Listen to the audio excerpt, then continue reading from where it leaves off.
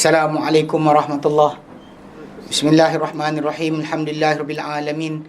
Nahmaduhu wa nasta'inuhu wa nastaghfiruh. Wa na'udzu billahi min syururi anfusina min sayyiati a'malina. May yahdihillahu fala mudilla lahu wa may yudlilhu fala hadiya lahu. Asyhadu an la ilaha illallah wa asyhadu anna Muhammadan abduhu wa rasuluh. Allahumma salli ala Muhammad wa ala ali Muhammad kama sallaita ala Ibrahim wa ala ali Ibrahim wa barik ala Muhammad wa ala ali Muhammad kama barakta ala Ibrahim wa ala ali Ibrahim fil alamin innaka Hamidum Majid. Rabbi shrah li sadri wa yassir li amri wahlul 'uqdatam min lisani yafqahu qawli, amma ba'd. Alhamdulillah, kita bersyukur kepada Allah SWT kepada kita berkumpul lagi. InsyaAllah hari ini menyambung kelas pengajian kita berkenaan dengan ringkasan Sahih Imam Muslim. Yang mana kita sampai kata itu, kita sampai yang bab yang ke-89. Kita ambil berkenaan dengan keharusan bab keharusan tidak hadir daripada solat jamaah dan Jumaat kerana keuzuran hujan. Mana kita kata dan datang hadis berkenaan, kita baca Ibnu Umar radhiyallahu anhu, dia ketika azan pada satu malam yang sejuk, berangin dan juga ada hujan, di akhir azan dia sebut ala sallu fi rihalikum, ketahuilah solatlah kalian semua di rumah-rumah kalian. Dia ulang 2 kali. Jadi kata Rasulullah SAW dahulu menyuruh muazzin baginda untuk azan ketika hari yang sejuk atau ada hujan, ketika musafir untuk mengatakan ala sallu fi rihalikum. Okey. Kemudian apa hadis Jabir juga punya tu, dia kata dia keluar bersama Nabi SAW dalam satu perjalanan. Kemudian hujan turun, lalu Nabi SAW berkata, yusalli man syaa minkum fi rahlihi, solatlah sesiapa yang ingin di kalian di kenderaan dia atau di tempat kemah dia. Di rahl ni dia umum, lebih umum banding bait kan, atau sakan. Kalau kita azan ketika tu kat perumahan, maka rumahlah. Kalau kita azan ketika dekat perjalanan tu, kemah masing-masing lah. Okay. Dan yang akhir tu Ibnu Abbas radhiyallahu anhu punya hadis ni, dia suruh muazzin dia pada hari hujan untuk mengatakan selepas asyhadu anna Muhammadar Rasulullah, tak usah kata hayya 'alas solah, bahkan katakanlah sallu fi buyutikum, solatlah di rumah kalian. Kerana tapi orang ramai ketika tak setuju, macam tak setuju dengan apa dia buat. Ibnu Abbas kata, adakah kalian rasa takjub dengan perkara ini, daripada ini sebenarnya telah melakukan perkara ini seorang lebih baik banding aku, itu Rasulullah SAW.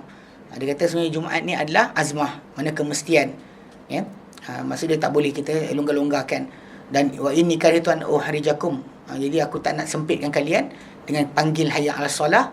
Nanti kalian wajib keluar, lalu fatamshuna fitin wadahdi, kalian akan jalan pada tanah basah dan juga lumpur. Jadi itu yang kita baca itu berkenaan dengan boleh diizinkan untuk tak hadir jemaah atau Jumaat kerana hujan. Cuma benda ni dari segi konsep amalan, masyarakat Melayu kita di Malaysia tak buat, ataupun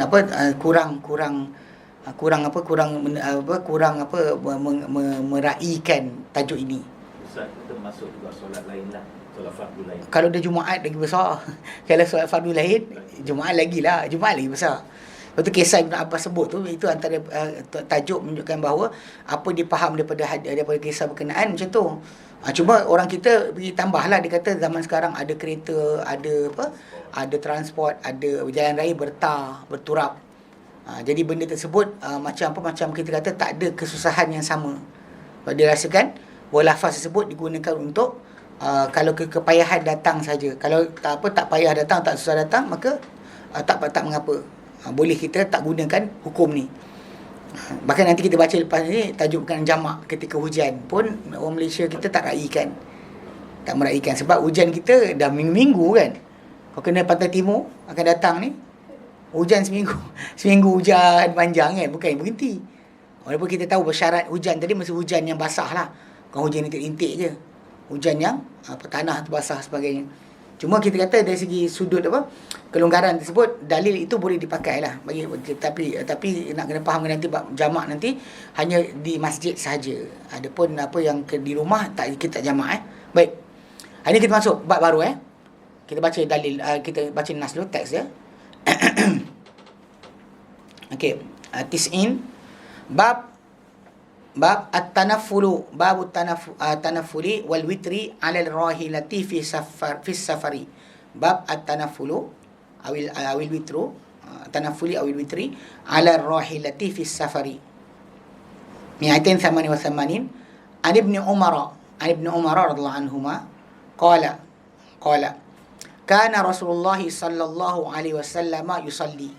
Kana Rasulullah sallallahu alaihi wasallam yusalli wa huwa muqbilun min Makkah ila al-Madinati. Wa huwa muqbilun min Makkah ila al-Madinati ala rahilatihi haitsu kana wajhuhu qala wa fihi nazalat fa aynama tuwallu fa thamma wajhullah. Suratul Baqarah 115.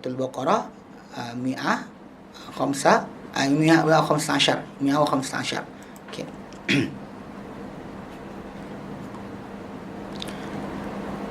Wa fi riwayatin qala ra'aitu Rasulullah sallallahu alaihi wasallam yusalli ala himarin wa huwa muwajjihun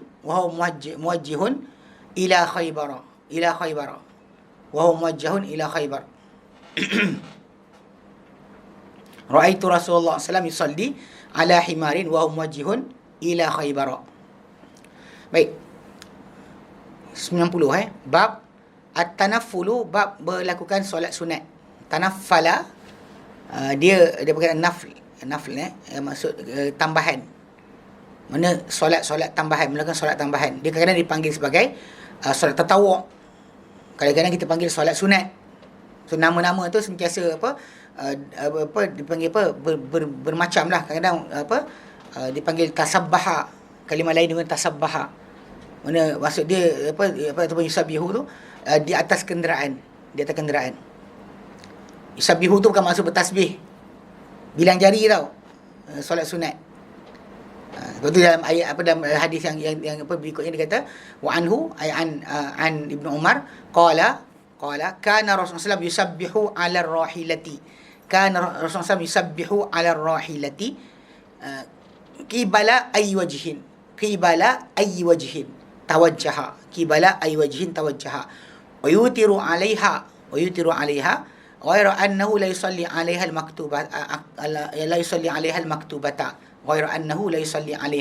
al-maktubata. Okey. Jadi ada tanaful ni, tu masuk nama lain dia. Solat sunat Tanaffala maksud dia melakukan solat tambahan atau solat sunat atau solat tatawwu'. Adapun digunakan kalimah lain sabbaha. Yang maksud sabbaha tu bukan bertasbih. Maksud dia solat sunat. Kalau orang tak tahu, dia kata bertasbih atas kenderaan. Saya bertasbih juga. Tak, kalimah tu salah. Ini masalah istilah digunakan macam tu. Okey. Jadi, boleh saya sikit? Ustaz terlupa share screen. Lupa. Sorry. Apa? Lupa share screen. Bila 2 orang kat sana, ada berapa orang? 7 orang yang datang kelas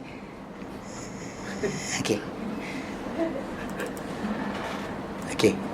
Tu lupa. Jadi baca tadi dia tak tengok. Okey, tak apa. Okey, jadi maksud dia kata tanaffala ni maksud dia solat sunat lah. Solat sunat. Solat tatawwu' ataupun kalau kata kalimah tatawwu' maksud sukarela. Tatawwu' sukarela. Kalau tanaffala ni berkaitan naflun ada tambahan, adalah lebihan. Lebih daripada yang fardu dipanggil nafl. Sebelum Nabi tanaffala maksud dia solat sunat. Solat lebihan. Okey. Wal witr, dan juga witir. Witir solat yang jumlah diganjil, yang sebenarnya dilakukan pada akhir malam. Mana bahkan solat terakhir seorang tu patut buat seharian dalam kehidupan dia. Tiap-tiap hari tutuplah kan akhir solat yang terakhir itu dengan jumlah yang ganjil. Tak kira 5 ke 3 ke 5 ke 7 ke dan sebagainya. Satu bergandingan, satu saja Nabi tak nak buat. The only one, satu tak ada. Pasal dalam hadis Nabi, bila Nabi sebut tentang satu tu, Nabi kata solatul lail masna, solat malam 2. Bila kamu bimbang masuk subuh, solatlah satu saja. Solat satu saja bila bimbang subuh nak masuk, solat satu saja. Maksudnya bila asalnya kita buat dua, tambah satu. Okeylah. Kalau selepas Isyak tu solat sunat, kita tambah dengan Itu yang saya kata bergandingan. Yalah, tapi bukan dah nak subuh. Saya ulang balik. Itu yang kata bergandingan. Maksud saya tadi saya kata jangan tunggal satu rakaat je. Nabi tak nak buat macam tu. Walaupun macam kita fahamkan tadi, mungkin kita kata ini solat malam. Kemudian tambah satu witir. Tapi dia bergandingan dengan solat sunat tu. Jadi 8 jadi 8 campur 1 ke, ataupun 10 campur 1 ke, 4 campur 1 ke, okeylah 2 campur 1 ke. Yang penting solat yang terakhir tu jumlah dia ganjil. Okay, nak tanya ke Ustaz. Boleh tak kita bercakap kata lepas yang dua nak tambah satu? Macam mana? Kalau sekiranya solat yang bukan niat 3. Faham niat 3? Kalau bila bukan niat 3. Kalau dia kata akad niat 3 rakaat, dan akad masih dalam solat. Style macam kita buat 2-1 tu. Lepas tu tak boleh buat solat sembang sebab kita masih dalam solat. Kalau dia kata macam kes tadi, akad solat lepas Isyak. Lepas Isyak, lepas tu akad tambah satu lagi. Tak apalah. Tak ada masalah. Pasal dia solat berlainan. Tapi kita kata pelaksanaan tersebut janganlah lepas setengah jam kan baru solat.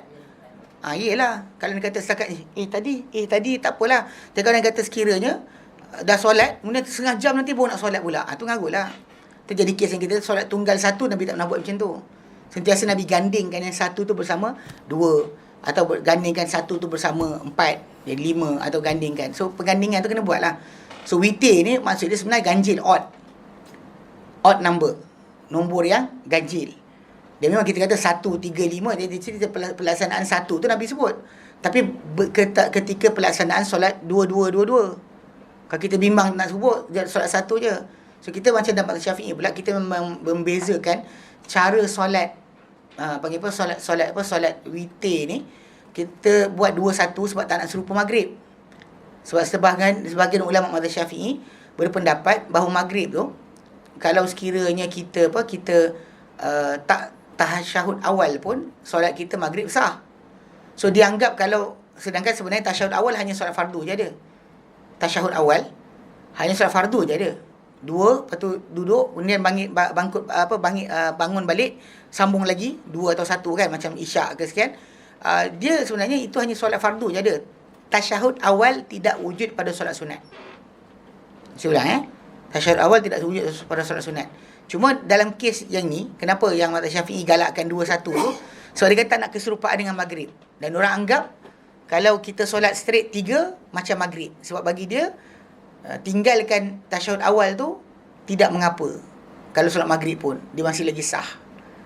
Ini pendapat sahaja. Tapi sebenarnya ikut dalil tak dibuat. Maka yang itu yang bagusnya kita buat 3 straight lah. Cuma orang kita macam kat Malaysia ni, dia kata kita buat 2-1 sebab pendapat tadi lah pendapat mazhab Syafi'i yang mengatakan kalau kita buat 3 straight, kita macam serupakan maghrib dengan witir. Yang ia adalah larangan Nabi. Nabi kata jangan solat witir macam solat maghrib. Cuma yang kita faham sebenarnya tak ada tasyahud awal. Itu maksud tak ada macam maghrib. Adapun solat straight 3 rakaat macam Nabi buat kan, 5 rakaat straight, hanya duduk pada rakaat terakhir, itu Nabi buat. 8 rakaat satu kali duduk sekali je. 8 rakaat tu lepas rakaat pertama, kedua, ketiga, keempat tak ada duduk kecuali yang last kali. Atau 5 rakaat tak duduk kecuali last kali. Nabi buat. Perbuatan Nabi dalam kes solat sunat tu macam tu. Tidak ada tasyahud awal. Solat sunat, saya ulang lagi, tak ada tasyahud awal. Orang kita sering bayang-bayang. Macam kalau 4 rakaat tu tasyahud awal ada, tak ada. Tak ada satu hadis pun yang menunjukkan bahawa solat sunat ada tasyahud awal. Tasyahud awal ni hanya ada pada solat fardu saja. Faham betul? Jadi cuma kes tadi saya sebut dalam mazhab Syafi'i, diorang anggap solat tanpa tasyahud awal tadi sah kalau maghrib pun. Sebab dia kata solat sunat. Dia basically, dia sebenarnya kalau kita nak fahamkan, sengaja tinggal benda Nabi buat tu haram. Cuma diorang assume if kita tinggal. Tapi kalau tertinggal kita kena solat sujud sahwi. Lepas tu kata kalau if sujud sahwi pun lupa. Dia if kan. Ni kes ilmu kalam masuk dalam fiqh ni jahanam. Ini ya. So dia tu say memang bila ilmu kalam masuk, dia pergi assume. Kalau macam ni, macam ni. Kalau macam ni, macam ni. Kalau macam ni. So last sekali conclusion dia tu yang keluar kata tak buat tak apa. Sedangkan kita cakap balik, sengaja tinggal boleh ke? Awak nak solat diterima. Tapi awak tak solat macam solat Nabi. And you are expecting your solat Allah Ta'ala terima. Masuk akal tak? Tapi diorang kata, tapi kau tinggal tak batal kan? Dia yang tu. Kalau tinggal. Sengaja tinggal tak wujud. Tinggal apa? Tinggal solat sunat. Bukan. Tasyahud awal. Dia movement dalam solat yang Nabi tak pernah tinggal. Bahkan Nabi tinggal, Nabi buat sujud sahwi. Setang mana datang sengaja tinggal? Pasal dia kata benda tu sunat muakkad. Betul tak? Dia kata apa sunat kan? Sunat. Dia bukan rukun. Bukan wajib dia kata. Sedangkan kalau kita kata sebahagian para ulama letakkan macam Ahmad Hanbali, dia kata benda tu wajib. Wajib solat kalau tertinggal kena buat sujud sahwi. Perkara wajib, dia bukan rukun solat. Perkara wajib dalam solat yang Nabi tak pernah tinggal. Dan logiknya betul Nabi tak pernah tinggal. Then how can kita solat di opposite cara Nabi? Yang sunat dalam solat? Sunat dalam solat contoh macam apa? Takbiratul ihram, takbir intiqalat, takbir sama hamidah. Itu dia dipanggil sunat juga. Pasal dia tak masuk dalam rukun, dia kata. Ini tajuk dia bila saya sembang dengan saya kata gatal tinggal kenapa? Kalau tersasul okey. Macam orang tu terbangkit daripada rukuk, Allahu Akbar juga. Tak apa, tak ada hal jalan. Betul anak saya pernah cerita dia sama dia. Ustaz dia kata macam tu. Kalau perbuatan sunat ni tak apa. You skip dia solat cepat. Itu tak boleh. Itu tajuk asal. Kita kata tak boleh skip sebab Nabi tak pernah skip. Dia orang pasal tajuk benda ni pasal kes ilmu kalam dah masuk dalam faith. Jadi bila perbincangan dia pakai logik, logik. Cikgu dia mengajar. Mana boleh ikut lah. Saya faham benda tu kat Malaysia bukan betul pun cikgu pun. Jadi maksud dia basic dia kan basic dia adalah dia kata kalau benda tu bukan rukun, bukan sekian, langgar tak apa. Kan? Tanpa sebab pun. Kalau kita tersasul kita faham. Tapi kalau dia kata bukan tersasul, just intentionally, contoh macam tinggalkan baca surah. Macam 2 rakaat pertama, Fatihah dan surah. Nabi tak pernah buat Fatihah sahaja. Tapi dia kata, rukun apa? Rukun Fatihah je kan. So kalau surah tak baca, batal tak solat? Hadis yang tu. Kita kata tu masalah dia bila orang ada assume macam ni, dia assume dia boleh buang macam-macam benda. Dia kata sah. Dia kata bukan rukun. Ini saya tanya ni. Solat biasa yang tak bersuara duduk asal imam tu baca cepat sikit, kita tengah baca surah tak habis lagi dia lah turun dah, kena ikut dah, tinggalkanlah wajib ikut imam, tak perlu habis lah wajib ikut imam sebenarnya lagi. memanglah ikut tapi lambat lah. Tak boleh tangguh. Kalau kita tangguh, Tuan Haji tangguh, dia tangguh, ini tangguh. Jemaah macam ni agak rupa. Bayangkan gini bangun, yang ni turun, yang ni duduk, yang sekian. Mana boleh macam tu? Kalau kita baca midway, macam midway? kita baca, kita tinggal. Sebab tu kita ada kes hari tu yang kita buka awal tajuk ikut imam itu kan, solat imam. Kan Nabi sebut innama ju'ilal imamu liyutamma bihi. Hanya jadikan imam untuk diikuti. Idza kabbara fakabbiru wa idza qara'a fa ansitu, bila dibaca kamu diam. Wa idza qala ghairil maghdubi alaihim waladdallin faqulu amin.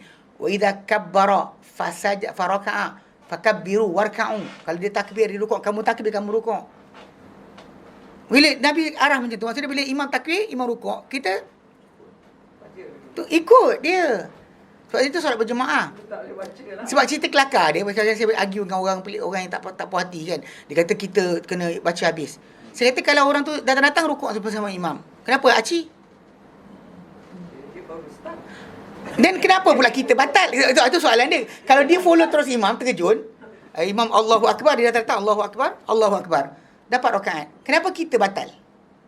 Di masalah sekarang. Kan tak logik kan, macam kenapa kita batal pula? Kalau kita follow midway, kita terjun, awak punya solat tidak sah. Lepas tu pakcik tu tadi terjun terus dapat. Apa saya tak dapat? Pakcik tu kan Allah, apa tu dia kata, ini ada beza masbuk, muafiq, masbuk ke masbuk muafiq, dia kata. Kita kata soalan sekarang ni, Nabi pernah persoalkan tak? Nabi tak persoalkan. Nabi tak kata macam kalau siapa tak baca batal. Nabi tak kata kan. Tak baca kan, pasal kita berjemaah. Sebab Nabi arahkan hukum orang solat berseorangan dengan hukum orang berjemaah. Asingkanlah.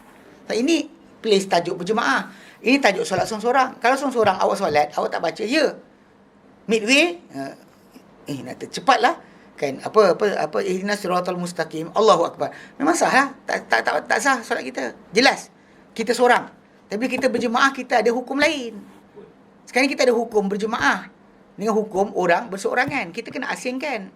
So dalam hukum berjemaah tadi, kalau contoh imam tu lupa, dia terlupa rakaat, tapi kita ingat dia sujud sahwi, kita kena ikut. Tak ikut batal. Kita duduk tegak je kan. Kenapa tak sujud? Saya tak sanksi, dia sanksi. Kan. Saya punya sejadah ada nombor. Kan sejadah apa? Sejadah kan. Dia lupa lantak dia lah. Tak boleh. Imam sujud, awak kena sujud. Tak boleh awak tegak. Awak kena follow dia. Sebab tu beza kalau kes tadi kan, kita berjemaah, bila orang datang terjun, dapat rakaat. Kita baca gagap, imam rukuk, kita tegak lagi nak habiskan Fatihah. Macam mana? Kan tak mengarut. Pasal orang tadi terjun tu dapat, kita tersangkut-sangkut ataupun kita tak ikut imam, kita ikut imam, kita batal. Awak batal solat. Sebab ikut imam. Sebab tak habis Fatihah. Pakcik tadi tak baca langsung. Terjun. Kenapa dia aci, saya tak aci? Jadi konsep dia kena faham. Dalam kes berjemaah tadi, dia ada hukum lain. Kalau bab Fatihah tu kena baca sampai habis dan sempurna, itu pada solat berseorangan, ya. Atau kita jadi imam, ya. Tapi kalau kita jadi makmum kepada imam, dia hukum lain. Hukum kita lain. Tersasul kita, tak perlu sujud sahwi pun. Contoh imam terjun, untuk apa? Untuk sujud sejadah. Kita pergi rukuk. Lepas tu tiba, kan kita dah bertambah pergerakan kan? Tapi kita tak boleh sujud sahwi. Kalau kita ragu-ragu pun solat kita, tak boleh sujud sahwi, kena ikut imam. Imam tak sujud, orang yang sujud. Ini kena faham pasal konsep dia, masalah solat berjemaah dengan solat bersendirian, yang kita samakan hukum dia. Sebab tu bila kita, pasal Nabi sebut dah, imam dijadikan untuk diikuti. Imam tu kita letak dia untuk diikuti. Kalau kita buat, kita canggah dia buat apa lantik jadi imam, baik solat seorang-seorang. Kau dah tahu awak punya mengarut nanti kan, was-was dan sebagainya, baik solat seorang. Jangan solat berjemaah. Sebab awak akan ganggu nanti. Awak lambat rukuk, dia lambat rukuk, ni lambat rukuk. Lepas tu ikut pula kelajuan kita 50 km sejam. Dia ni 90. Dia ni 30. Lagi lambat.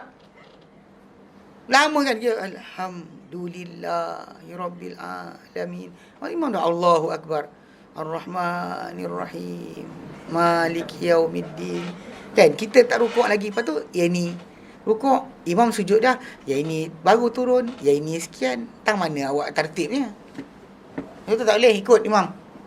Hatta kes bacaan pun, kalau imam start baca, berhenti. Lebih baik. Kalau kita baca juga, kita tak tumpu pun, tak dengar imam baca apa. Patutnya bila imam baca, kita diam. Itu dalam Sahih Muslim. Wa idza qara'a fa'ansitu. Lepas tu datang balik kes tadi. Midway, dah separuh baca, macam mana? Berhentilah. Idza qara'a fa'ansitu. Pasal Nabi punya arahan tu wujud. Kalau hadis Nabi tak ada, dan kita buat salah. Tapi kalau Nabi sini sebut bahawa bila imam baca, kamu diam. Kita kena dengar bacaan dia. Dan okeylah. Kalau bacaan kita gagap ke, contoh macam orang baru masuk Islam ke, atau sekian, kan bacaan dia sahih, tak bagus. Tapi bila berjemaah dengan imam, aci je. Imam tu punya bacaan tu dia. Sebab tu bila imam kata waladhdallin, dia kata, bila imam baca waladhdallin, kita kata, sebab apa? Imam baca untuk kita sekali sebenarnya. Itu tajuk asal dia. So jangan confuse masalah, jangan jangan tak ikut imam. Walaupun kita punya bacaan lembab gila, jangan tak ikut imam. Itu tajuk dia. Okey, ada situasi orang sedang solat berjemaah. Kita sampai ke tempat kita solat sendiri-sendiri. Macam mana tuan? Orang solat berjemaah rawatib. Solat 5 waktu yang asal. Benda tu adab dalam masjid salah. Pertama sekali, kalau kita tak solat sekalipun, kita lepak-lepak pun salah. Nabi nak tegur. Ada orang duduk dalam masjid, 2 orang. Nabi kata Muslim. Dia kata Muslim. Nabi kata solat. Dia kata dah solat dah dalam perjalanan tadi. Nabi kata bangun. Jadikan ini sunat. Nabi suruh bangun. So perbuatan suruh bangun, Nabi suruh bangun. Itu menunjukkan bahawa adab kita dalam masjid kena ada macam tu. Kalau tidak, kita duduk luar masjid. Tengok dalam masjid. Perbuatan kita tak turut serta. Kita pula nak aircon dalam masjid. Duduk luar kan, perlu nitik perlu kan. So ketiga tu Ustaz, dia dah solat dalam masjid. Dia dah solat luar. Dia solat waktu Kalau perjalanan. solat dalam tak apalah. Tak, bukan maksud dia dah solat di sana. Sekarang ni bila orang berjemaah, kita kena follow. Solat sekali lagi. Yang Dia pun to the mosque. Kalau dia dah sunat. dia datang dari jauh. Diorang datang musafir dari luar. Sampai kat sini, orang dah mula solat. Dia duduk lepak kat belakang tu. Nabi tanya, Muslim? Kata, ya. Nabi kata, tak solat. Dia solat tadi. Kita bangun. Jadikan ini sunat. Ini adab kita dalam masjid. Adab kita dalam masjid bila orang berjemaah, kita tak boleh buat jemaah lain. Apalagi kita seorang-seorang. Sama juga tadi. Jadi tak salah solat dia. Bukan tak sah. Mukhalafah sunnah. Dia kena beza. Tu aja kena faham. Orang yang buat benda macam ni, kita nak kata dia tak sah, tak. Solat dia, rukun dia, cukup. Dan memang dalam afdaliyah dalam solat berjemaah dengan solat bersorangan, orang solat bersorangan, solat dia sah. Orang tidak ikut jemaah pun. Cuma kat sini ada penyanggahan terhadap sunnah Nabi. Macam Nabi kata kalau orang tu azan dah berkumandang, dia dalam masjid, dia lari keluar. Apa pasal? Di masjid tu clear tak? Tapi selalu di R&R. R&R tak dikira. R&R tak ada masalah. Tanya tak bukan masjid. Orang solat siapa-siapa tak kisah. Tak kisah. Itu jangan samakan. Bila sebut solat berjemaah, saya sebut tadi kan solat 5 waktu, tuan dia kata 5 waktu. Itu masjid biasa. Kalau dia kata sekira R&R tu tak kira. R&R tak ikut hukum sama. Tak ada masalah. Kita tak tahu orang solat apa. Kena-kena dia pekerja R&R. Yang kampung sebelah tu. Yang dia solat penuh. Kita solat nak qasar. Datang dia solat penuh. Dan itu masalah lah. Walaupun sebenarnya mendapat pahala jemaah tu penting. Dan kita harap dengan kita punya solat tak cukup atau tak sempurna dalam solat tadi ramai-ramai, orang yang solat sempurna punya hukum akan angkat solat kita. Itu tujuan sebenar antara fadilat solat berjemaah. Biasa diangkat semua. Application tu semua sekali masuk. Tapi kalau dia kata kita punya, rasa kita punya best lagi, wallahualam lah. Saya rasa saya best lagi kan, saya belajar Islam taklim. Okey. Saya nak tanya, Yep. bila kita sujud sajadah, kebanyakannya ramai orang tak tahu sama ada sujud sajadah ataupun rukuk. Biasanya perempuan tak tahu. Lepas tu dia rokok, lepas tu dia baru dia perasan. So, Itu yang kita tadi. Ini yang kelebihan solat berjemaah. Makmum tersasul, tak perlu buat apa, ikut imam balik terus. Dia tersasul. turun ke bawah. Tak payah. Kalau dia dekat itu bukan, maksudnya kalau imam dah bangun, kalau imam dah masih lagi sujud, itu sujudlah. Tapi nak ceritakan startle ataupun terganggu-ganggu apa, teragak-agak tadi dalam untuk seorang makmum dalam berjemaah tak rosak solat dia. Itu kelebihan dan tajuk ni. Bila orang solat berjemaah, bila imam dia ada, dia terganggulah apa sekalipun. Terwas-was solat rakaat pun, maka dia tetap solat dia sah. Teruskan ikut imam. Ustaz, lagi satu bila semayang apa tu tahiyat masjid. Aku dah mula iqamah kat depan. Tinggalkan. Tinggalkan. Sebab Nabi sebut dalam hadis yang sana, dia kata idza uqimatis solah fala salata illal maktubah. Bila diiqamatkan untuk solat, maka tiada solat kecuali yang fardu. So tinggalkan je lah. Tinggalkan je. Lego je lah. Kena ikut jemaah. Betul, penting ikut jemaah tadi kan. Tinggalkan. Tak ada hukum membatalkan solat. Batalkan solat tu, batalkan. Tak ada. Dan bahkan solat sunat boleh dibatalkan. Mak kita panggil. Sering orang sebut tajuk ni. Pasal kes yang apa, rahib yang dipanggil oleh mak dia tapi tak jawab. Kemudian mak dia doakan kan, dia kecil hati. Semua cerita-cerita ni orang faham. Tapi kes nak tinggalkan solat ketika benda macam tu tak reti. Solat sunat memang kita boleh batalkan dengan sebab yang munasabah tadi. Terpaksa batalkan kerana mak kita panggil. Batalkan. Macam buka puasa lah. Telefon berdering. Tak. Suami panggil. Tak. Suami panggil. Suami panggil tak macam mak. Tak seperti mak. Kedudukan kan. Tapi nak fahamkan sekarang kalau dia kepentingan lah. Kalau kata suami tu emergency, ya tolong abang jatuh. Takkan teruskan juga solat. Ya kan. Lepas solat nanti kan. Dan sampai tu suami tu baring dah gitu kan. At-tahiyatul bubar. Bang apa lah pun jatuh kan. Macam tu. Ustaz, kita solat di rumah kita tak sihat ke tak pergi masjid, tapi kita dengar azan, Ya. dengar di rumah. Tapi azan tu belum habis, kita boleh terus solat ke? Dia bukan masalah azan tersebut. Sebab balik pada asal, solat itu bila masuk waktu dan azan tu menandakan masuk waktu. Bila masuk waktu sahlah solat kita. Yang saya kesian orang perempuan. Siapa yang tak bagi fatwa, selagi Jumaat tak habis, solat Zuhur tak boleh. Apa hal? Benda ni.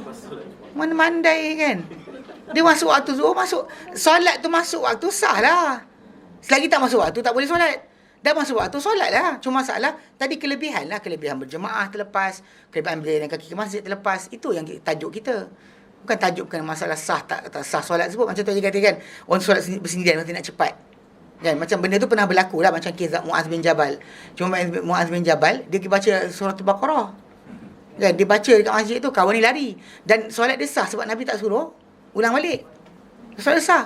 Cuma dia tinggalkan Muaz baca apa? Baca Fatihah, baca Al-Baqarah. Dia lari. Dia solat sendiri dan dia belak sebab dia ada tugas untuk jaga unta sebagainya. Pasal dia pergi gilir, bagi minum unta, bagi makan unta tengah malam. So bila dia Muaz bin Jabal baca Al-Baqarah, dah lah solat dengan Nabi. Dia solat dengan Nabi Isyak di Masjid Nabawi. Dia pergi kampung tu jadi imam. Kemudian lepas dengan Nabi, dia bantai Al-Baqarah. Kawan ni lari, solat sendiri. Bila orang cerita pada dia tentang kawan solat sendiri, dia kata munafik. Kawan ni dengar dia kata munafik, dia jumpa dengan Nabi. Jumpa dengan Nabi, cerita apa yang dibuat oleh Muaz. Lepas tu Nabi panggil Muaz bin Jabal. Nabi kata afattanun anta ya Muaz, kau ni tukang tester orang ke? Wahai Muaz, kau test orang ke? Test iman tahu, test iman. Kau tester orang ke? Nabi marah. Kan Nabi tak baca al-lail ad-duha. Nabi suruh baca surah macam tu. Nabi tak galakkan dia baca panjang pun. The choice of word Nabi pilih tu test. Test, fatan, fitnah. Fatana kan, maksud dia uji. Engkau tukang uji orang ke wahai Muaz? Memang kita tahu bahawa kesabaran manusia itu penting. Tapi kita bukan kerja test orang. Dalam solat tadi tak boleh imam, tak digalakkan imam baca panjang. Kecuali memang macam solat qiyam, solat subuh ke sebagainya untuk tunggu jemaah. Itulah. Tapi kalau kata yang lain tak digalakkan. Walaupun Nabi kan kena baca panjang. Cuma Nabi pesan pada para sahabat jangan yang macam tu. Sebab nanti pasal dalam solat ni tadi kita bukan kerja kita test orang. Tadi kita lepas solat, siapa lari tadi? Munafik lah tu. Tak boleh cakap itu. Siapa tak redha saya baca panjang, tu iman tak kuat lah tu. Tak boleh cakap macam tu. Kan? Kadang-kadang orang kita pelik kan, dia pergi test orang. Benda bukan test, kita jangan test orang. Benda ujian yang test, bukan kerja kita. Apa entah baru ni saya tengok kat mana entah. YouTube ke apa ke? Dia pergi test. Orang tu punya tunang, dia tawarkan duit, gaji, suruh putus tunang kalau ikut kerja dengan dia. Tapi bukan tunang, girlfriend boyfriend. Lepas tu yang boyfriend tu tengok daripada video. Yang girlfriend dia kata okey bolehlah fikirkan. Marahlah dia kan. Yang pergi test orang buat duit buat apa? Orang tengah ada kat orang jawab. Dia kata orang tengah dalam keadaan terdesak, duit tak ada. Lepas tu dapat kerja kononnya kan. Lepas tu dia kata dengan syarat kerja ni you kena jadi girlfriend I. Tinggalkan boyfriend you. Lepas tu kawan ni pun dah kata I setujulah. Bolehlah. Kan gaji opening, lepas tu check tangan bagi duit dan sebagainya kan. Kawan tu ingat gaya walaupun tipu, tapi benda tu tak ada test lah. Jangan test orang. Sebab manusia ni kan tengah kelaparan, kebuluran, tengok bagi test kau bukan kan. Lepas tu memang benda tu memalukan lah. Walaupun muka tutup sebenarnya kan. Malu lah. Jangan test orang. Kau kena test ni kau tahu. Pasal benda ni masuk masjid ada majlis ilmu tengah going on, kita afdal tak, kita boleh solat je. Pasal khutbah Nabi, tengah khutbah Nabi suruh orang solat. kena solat. Solat. Sebelum duduk kena solat. Kalau yang sebelum sembahyang Jumaat tu macam mana? Ya, sebelum sembahyang Jumaat memang kita okey. Kalau ikut pada para sahabat Nabi sebenarnya sebelum dia masuk masjid hari Jumaat, dia akan sentiasa solat. Solat sampai imam naik assalamualaikum warahmatullahi wabarakatuh, berhenti solat. Solat banyak-banyak solat. Dia solat sebanyak mana yang boleh. Kan maksud dia berdiri duduk solat terusan sampailah imam naik. Itu kaedah para sahabat. Dia tak limitkan kepada dua. Yang orang kita pula pergi kiaskan atau samakan solat Jumaat dengan solat Zuhur. Kalau Zuhur ada qabliyah, Jumaat ada qabliyah. Sedangkan Jumaat tak ada qabliyah. Jumaat tak ada qabliyah. Cuma dari perbuatan para sahabat sebenarnya bila mereka masuk masjid, mereka solat as many as they can. Selagi imam tak naik mimbar. Imam naik mimbar je orang duduk. So pada majlis ilmu yang tengah berlangsung tazkirah, kita tak perlu dengar kalau kita nak sambung. Yelah kalau kita solat tapi kedua, kalau kita rasa kita jahil, tajuk yang dibintangkan, duduklah diam kan, belajar. Ini dah lah jahil. Duduk belakang tu duduk baca Quran seorang. Lepas tu kemudian kita tengok memang tadi ada saya ngajar satu tempat. Budak tu saya tengah ajar kat depan kan, budak lelaki tu dia baca Quran kat belakang. Saya pandang muka dia. Budak ni kan kita sound kan malu pula kan. Pasal video ada. Dia belakang tu kan. Pakcik sebelah dia buka kitab. Kita ngajar Fiqh Haji. Dia duduk sebelah tu baca Quran. Kita pandang muka kan budak ni. Kadang-kadang ialah kalau nak baca Quran keluar, janganlah kacau majlis. Dia kat luar lah. Walaupun dia lah, saya tahu kes ruang dalam ni ada aircon. Luar tak ada aircon. Tajuk asal dia gitulah, sejuk kan. Orang tak nak panas. Tapi dia kena belajar hormat jugalah. Kes solat tak salah. Masa datang solat tu, hatta Nabi khutbah, Nabi orang tu masuk masjid, Nabi kata dengan dia, ya fulan, hal solat, kau solat belum? Dia kata belum. Dia terus duduk. Nabi kata bangun, solat 2 rakaat. Nabi suruh dia bangun. Bangun solat 2 rakaat. So jadi basically bila Nabi suruh macam tu, maksudnya kalau imam khutbah sekalipun kita masuk masjid kena solat juga. Tak boleh duduk, tak boleh. Cuma orang akan confuse masalah ketika azan tu boleh solat ke tidak. Ketika azan, jawapannya boleh, solatlah. Sebab kita nak dengar khutbah lebih penting daripada kita tunggu azan habis. Solatlah, bila kita habis solat, kita boleh duduk dan dengar imam khutbah. Tapi kalau kita tengah imam khutbah tu, kita masih lagi duduk sibuk solat dan tumpuan kita hilang. Basically kita tinggalkan dengar azan, jawab azan, kita teruskan kepada apa? Tunggu khutbah. Better. Ustaz, ramai orang kita ni, orang Melayu lah, yang orang Islam lah. Dia kata bila masuk masjid, dia tahiyatul masjid. Kalau madrasah tak payah. Maksud dia? Ulang balik. Sudah. Saya tahu, ulang balik ayat tu, dari ujung tu. Masuk. Tapi Kalau masuk surau, okey, terus? Tak payah. Kalau anda kata, dia ciri kalimah dia selagi masjid. Selagi mana ada solat, di azankan 5 waktu dan sebagainya, itu tempat dia. Tapi ada juga para ulama kata, selagi mana tempat masjid ni, pasal di kalimah masjid ni, dia boleh kena kepada tempat kita sujud tu, itu masjid. Boleh, bukan, tempat kita sujud tu, dia panggil masjid. Dia gelaran masjid. Itu boleh kena pada situ. Lepas tu boleh kena kepada apa? Ini tempat kita solat, dikhaskan bagi masjid. Tapi yang kita nak faham sekarang dalam hadis Nabi tadi, nampak spesifik kepada tempat yang diazankan 5 waktu solat.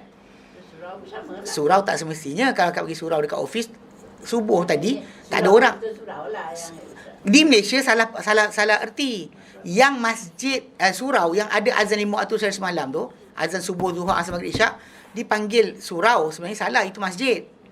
Okey. Yang ada Jumaat dipanggil jamek. Sebenarnya. Itu yang kes masjid jamek tu. The word come datang daripada kes sebutan tu. Sebenarnya kalau ikut tempat ada Jumaat dipanggil jamek.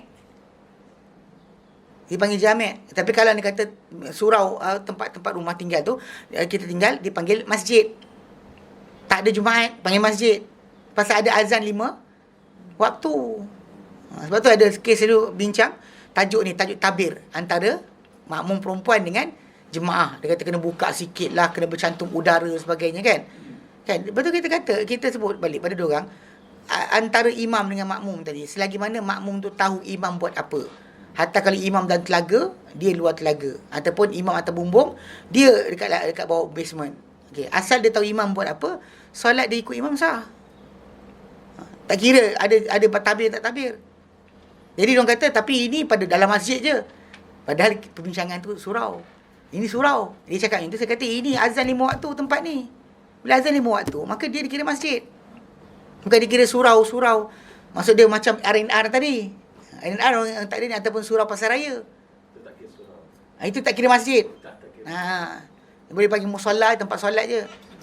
Cuma pasal kes sebenar, kalau ikutkan kepada kita, ikut hadis Nabi, seluruh bumi ni masjid.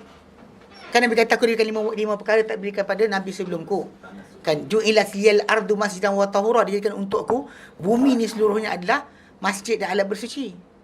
So basically seluruh bumi ni, kecuali tandas kubur, semua sekali ada tempat ibadat. Tak timbul tajuk. Cuma yang bila Nabi sebut, bila kamu masuk masjid, maksudnya nampak faham kat situ ada tempat designated untuk solat 5 waktu. Dan kita ada penghormatan di situ. Tak boleh duduk kecuali kita telah solat. Itu Nabi suruh sahabat tu bangun, lepas duduk. Dah duduk dah, Nabi suruh bangun. Dah solat belum? Dia kata belum, bangun. Nabi kata solat. Tengah-tengah khutbah, Nabi tegur. Tengah-tengah khutbah, Nabi tegur. Okey, faham Baik. Ustaz, sebelum kita pergi lanjut, tadi Ustaz kata pasal yang tabir kan. Baru ni saya ada dengar satu dalam YouTube. Dia kata kalau perempuan semayang behind the tabir, how can you see the imam, apa action dia kalau dia tengah buat first tu, dia kata dia buka tabir. Dia kita ulang balik. Ini ijma'. Bila sebut ijma' kan? Tahu ijma'? Ijma' ni kesepakatan para ulama' di atas hukum. Bahawa makmum ni selagi mana dia sedar imam buat apa, Tak kira dengan pendengaran atau penglihatan. Orang buta solat macam mana? Jumpa orang tu, cakap dengan dia, orang buta, dia solat tak nampak imam bergerak macam mana tau. Sah tak solat dia? Kau tanya, actually orang buta, sah lah kan? Kan dia, the action, dia bla bla bla, dia bla bla bla, nampak tak? So sah tak orang buta tu solat? Pasal dia dengar atau lihat. Dengar atau lihat. Dapat dua-dua, okey. Tak dapat dua-dua, dapat salah satu, okey. Kalau orang tu pekak, dapat lihat, sah juga solat dia. Kalau putus dua-dua, dia tak ada taklif. Orang pekak dan buta, tak ada tanggungjawab dalam agama tau. Awak nak ajar apa? Yelah, itu satu point lah. Tapi dia cakap tadi, dia punya dalil dia adalah, Nabi kata, solat seperti kamu tengok. Itu lafaz hadis tu untuk contohi pergerakan dan juga apa yang action dalam solat itu. Sekali tengok, balik rumah tak nampak Nabi, macam mana solat? Kalau orang tu solat kat rumah, katakan dia jumpa Nabi hari ni, solat macam aku solat. Sebab nanti dia, kalau orang tu belajar dengan Nabi sekali, lepas tu balik kampung dia, tak nampak Nabi, sah tak solat? Saya tahu argument dia tu sebenarnya. Dia kata ni berjemaah. Iya, tak. Hadis Nabi tentang tajuk solat macam lihat aku solat, itu kan pakai berjemaah. Nabi kata solat macam aku solat, maksud dia buat macam aku buat. Do as I did, maksud dia. Bukannya maksud masalah kena tengok Nabi macam tu. Kalau kita dah tahu pergerakan dia cukup lah. Cuma yang dalam kes berjemaah tadi, dua. Salah satu, either seeing or hearing. Seeing or hearing. Ya, dia sebab dia kata tak boleh letak tabir tu. Nabi, para sahabat, Nabi solat dalam rumah dia ikut. Nampak bayang-bayang je. Bayang-bayang. Bukan nampak Nabi tau. Nampak apa, siluet, kan? Nampak benda tu je. Shadow je. Diorang follow daripada dalam masjid. Nabi luar masjid dan rumah dia. Macam mana sah? Okay, fine. So jadi saya pun fikir macam tu juga. Sebab apa di Madinah kita semayang di luar masjid kan. Diorang ini geng. Saya cakap pasal sikit. Saya nak confirmation. Tak, pasal basic dia macam ni. Pasal tajuk dia, kalau anda kata diorang ketatkan jarak 30 kaki lah sebagainya, semua tak valid. Sebab benda ni saya ulang balik, ijma'.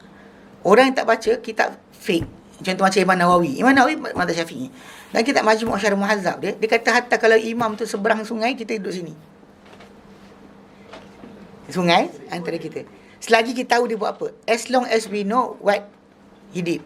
Itu yang berlaku kes. Itu berlaku kes dekat Masjidil Haram. Keliling tu, letak speaker, dia Masjidil Haram sampai dalam hotel. Sebenarnya boleh. Cuma orang tu akan hilang kelebihan berada dalam masjid. Follow imam, pasal live. Imam tu rukuk. Masalah putus soft, tak timbul tajuk. So balik pada asal, as long as you know. Yang larangan hanya jangan solat bersorangan. If you have 2 or 3 person in the soft, awak dah hilang tajuk tadi. Dalam hotel pun panggil masjid. Macam mana? Dalam hotel tu, Sapuan dengan... Ya, saya tahu. Yang dia ada surau dia. Surau tu satu. Yang dalam bilik tu, ada speaker tu. So kalau dia kata perempuan ikut itu tak ada masalah pun. Cuma kita kata tadi lah, berjalan kaki ke masjid, dia hilang lah langkah kaki ke masjid. Pahala tu dia akan hilang masalah, malaikat doakan dia, ya Allah ampunkan si fulan, ampunkan. Itu hilanglah dapat daripada dia. Tapi masalah sah solat dia, sah. Sekis balik pada asal, Nabi solat dalam rumah, para sahabat ikut dari luar. Nabi solat rumah, para sahabat dalam masjid. So imam kat mana? Kat rumah. Sahabat kat mana? Dalam masjid. Betul sah. Kenapa tak sah pula? So perbuatan Nabi, para sahabat dengan Nabi tu, itu menjadi hujah para ulama. Bukan masalah tak timbul tajuk masalah dinding tak dinding. As long as you know dia imam tu buat apa. Sebab tu kalau solat bertingkat macam kat Jepun, dia punya solat tu kan, nak berjemaah dia ada tingkat yang imam sekali dengan makmum. Lepas tu tingkat bawah ni tak muat kan. So dia akan follow ikut speaker. Sah. Macam tak sah pula. Hong Kong pasal tak dapat bangunan tanah besar. Dia buat dalam flat, dalam bangunan bertingkat-tingkat. Dekat Tokyo ada surau, ada masjid yang tempat usaha sini. Dia punya tempat tu memang surau dia masjid tu hari Jumaat orang datang nak solat, tapi dia bertingkat. Level. Dia tak ada masalah situ. So balik pada asal bila orang tu kata dia tak nampak action, dia dengar. Cukuplah. Dia tajuk dia as long as dia tahu imam buat apa. Kes masalah sajadah tadi. Macam kes dia pasal orang perempuan jarang sujud sejadah dekat masjid atau surau. Dia jarang datang pagi Jumaat. Seorang dia tak tahu ayat mana satu. Itu yang biasa berlaku. Yang biasa terjadi macam tu. Dan dalam kes macam tu tadi kan, memang cara selamat dia bila kita solat macam tu, kita actually tunggu sampai imam Allahu Akbar baru kita bergerak. Ini biasa terjun dulu tu yang masalah tu. Lenguh berdiri kan, dia terjun dah. Tiba macam itu kes dia. Kita pesan balik asal kalau dalam solat berjemaah kita nampak you see the movement kan. Orang tu daripada imam sampai ke makmum belakang kan, pergerakan tu kan sama. So kalau kita tunggu, kita akan nampak. Tapi kalau kita tak tunggu, itu yang jadi kes dia. Kes dia tak tunggu. Kalau kita tunggu, nampak. Even dia yang belakang tabir pun kita nampak sebenarnya. Pergerakan makmum depan tu, dia sujud ke dua rukuk, takkan tak sedar kot. Tak boleh lah, pejam mata. Tak ada pejam mata. Sebab tu, dalam kes tadi ada kawan telefon. Dia tanya, pejam mata dimakruh ke tidak sebagai apa dalil. Saya kata, hanya para ulama kata dia samakan dengan perbuatan orang Majusi dalam ketika mereka berdoa atau Nasrani kita doa ada pejam mata. Solat kan? Dia pejam mata dia punya sembahyang dia pejam mata. Jadi umat Islam dilarang serupa macam tu. Kedua, sebab perbuatan Nabi dan para sahabat mereka sentiasa buka mata. Sebab kalau kita tengok kisah-kisah yang Nabi lewat datang, Abu Nabi Auf jadi imam. Tengah jadi imam Nabi datang. Dia reverse. Maksudnya nampak tak Nabi datang? Nampaklah. Sebab tu nak reverse. Nabi pula bagi arahan teruskan. So dia teruskan. Nabi masuk saf jadi makmum. Jadi makmum. Kisah lain Abu Bakar tengah solat gitu juga. Lepas tu dia nampak perasaan Nabi, dia nak reverse. Nabi bagi syarat teruskan. Maksud dia buka mata, tutup mata. Buka lah. So every movement tadi tu berlaku menunjukkan mereka buka mata. So itu ajaran Nabi. Sebab tu mereka tak tutup mata. Orang gitu tutup mata kan. Tutup mata kau tak nak bayang. Dia cuma dalam kes-kes orang mengaji tarekat sebenarnya dia ada fahaman. Ni semua baharu ni. Baharu. Jadi kalau kita buka mata nampak benda baharu, tak boleh. Tutup mata nampak benda yang qadim. Ingat Allah je. Salah juga. Tutup mata nampak lagi banyak-banyak bayangan. Terbayang pula Kaabah. Lepas tu nampak Arab tu itu angkat kepala dia. Lepas tu dia sembang lah. Lepas tu ada sekian. Dia benda takkan bertambah lah. Sebab tak digalakkan langsung tutup mata pun. Jadi faham situ asasnya. So masalah kes penghadang ke penyekat ke tak pernah menjadi tajuk. Bahkan perkara ni saya ulang balik. Ijma' para ulama. Bila sebut ijma' ni kan, orang zaman kita datang tak boleh batal apa-apa. Sebut ijma' ni maksud kesepakatan dari dulu sampai sekarang. Mana para sahabat bersetuju tajuk ni. Bila para sahabat bersetuju, tak ada siapa pun canggah. Orang zaman kita datang canggah tak guna. Dia panggil meaningless. Tak ada sebarang nilai, worthless. Sebab apa? Sebab yang ini dah sepakat. Sebab diorang orang yang Nabi ajar, diorang tahu hukum, diorang buat macam tu. Kenapa datang zaman kita pula nak batalkan? Cannot ever. Sebab tu saya kata para ulama ijma'. Saya ulang kalimah dia. Ijma' berkenaan dengan bila makmum tahu imam buat apa. Tak kira sama ada dengan mendengar imam atau dengar orang belakang imam atau melihat imam atau lihat orang belakang imam. Tak kira salah satu di antara perkara tersebut. Dan dia tahu imam buat apa, maka solat dia ikut imam adalah sah. Sebab tu kita kat Malaysia ni jadi confused. Kan? Confused sebab kita dengar ustaz kata ada jarak. Tapi bila tengok dalam kitab fiqh Syafi'i kata tak ada jarak. Macam Imam Nawawi dalam kitab dia kata ijma'. Dia nukilkan benda berkenaan ijma', kesepakatan. Cuma zaman kita lepas-lepas tu ada ulama mazhab Syafi'i yang bawah-bawah letakkan syarat jarak 30 kaki lah. Kalau awak solat dekat luar Masjidil Haram tu kan, Masjidil Haram tu dekat kawasan tu masuk ke dalam tu lebih 150 lebih 200 meter lah nak sampai depan Kaabah tu, sampai awak dengan imam tu more than 200 meters, tahu tak? Jalan ke depan tu masuk-masuk tak nampak Kaabah. Tak nampak Kaabah kena turun ni kan, mana nampak. Macam mana kita nak kata batal pula kalau tu ada jemaah kat luar kan. Lepas tu pintu, mana ada orang cantum kat pintu tu? Kan antara pintu dengan soft yang terakhir depan dalam masjid dengan pintu keluar. Cantum tang mana? Tang mana cantum dia? Dia tak berbaris rapat tau, tak ada macam tu sampai depan pintu, tak. Diorang ada kawasan dia. Dalam pintu tu tak bagi masuk. Tak boleh solat kat situ. So jemaah kat luar asing dah. So are you saying that everybody yang solat kat luar tak sah? Solat putus soft. Ni tajuk kena jaga-jaga sikit. Tajuk putus soft ni. Okay. To the extreme of it. Sekarang ni dah ada television. Sekarang ni dah ada siaran langsung. Terus. Jadi boleh ke solat Jumaat di rumah ikut TV? Dengar sini. tajuk asal dia kita dengan, kalau imam tu dekat depan rumah kita, iyalah. Tapi kalau imam tu dia duduk kat KL, kan, perjalanan kita dengan KL tu tak sama. Bahkan actually masa kita dengan KL tak serupa sebenarnya. Di Masjid Negara tu dengan kita, time dia distance yang ada tu menunjukkan apa berlaku kat sini tak berlaku kat sini. Kan, even though dia kata ada berapa, bahkan lagging sebenarnya. Even kalau kita buat siaran langsung pun ada lagging. Kalau Astro dia kata 30 saat kot. Kita bercakap ni kan, kita buat sekarang live ni, yang diorang dengar dalam 30 saat beza. Tak boleh lah. Ada pun kalau macam yang kita kata macam Masjid Haram tu, macam dengan speaker dia on site, dengan jarak kaki ke depan dia jarak macam tu sampai. Tak, itu boleh. Yang ini tak boleh lah. Yang solat Jumaat kat rumah, kan, akak-akak kat rumah, Imam Masjid Negara hari ni siap-siap tak siap depan TV. Allah. Lepas tu kemudian kedudukan distance pula, siapa depan kiblat. Kalau kita ni Masjid Negara sini, rumah kita sini. Oh, lepas tu macam mana? Siapa depan, siapa belakang? Imam kat belakang. Tak boleh lah. Hilanglah tajuk. So the more complicated tajuk jarak tadi kan, the more problem untuk kita tentukan siapa depan, siapa belakang ni masalah. Buka peta besar pula. Buka peta besar, mana utara? Mana selatan? Ni sini Shah Alam. Ini Masjid Shah Alam. Rumah saya view 10. Siapa depan Kaabah? Siapa belakang? Tak gila dah itu, tak boleh. Once datang macam tajuk itu dah bagi takaluf dah. Kalau orang tu dekat luar pagar masjid, yes. Dan zaman baru ni jadi kes COVID-19 ni, ada orang tak dapat masuk masjid, so diorang pun kelang kabut solat kat luar. Buat baris soft. Tak ada hal. Selagi dia tak depan daripada imam, dan dia ikut imam, dan dia dengar suara imam takbir Allah Akbar, sah solat dia. Solat sah. Ikut imam. Dia pasal selagi mana dia tahu imam buat apa. Tajuk dia tu ijma'. Yang kes jarak-jarak ni tadi, semua ni assumption. Assume. Dia letakkan kalau jarak ni dah mustahil didengari. Bahkan jarak ni disebut pada zaman tak ada speaker. Zaman tak ada speaker, betul? Zaman tak ada speaker, jenuh tau. Imam buat apa? Macam zaman Omar, hatta zaman Omar sendiri, kes ketika dia kena tikam. Orang belakang tak tahu jadi apa. Imam kena tikam, tumbang.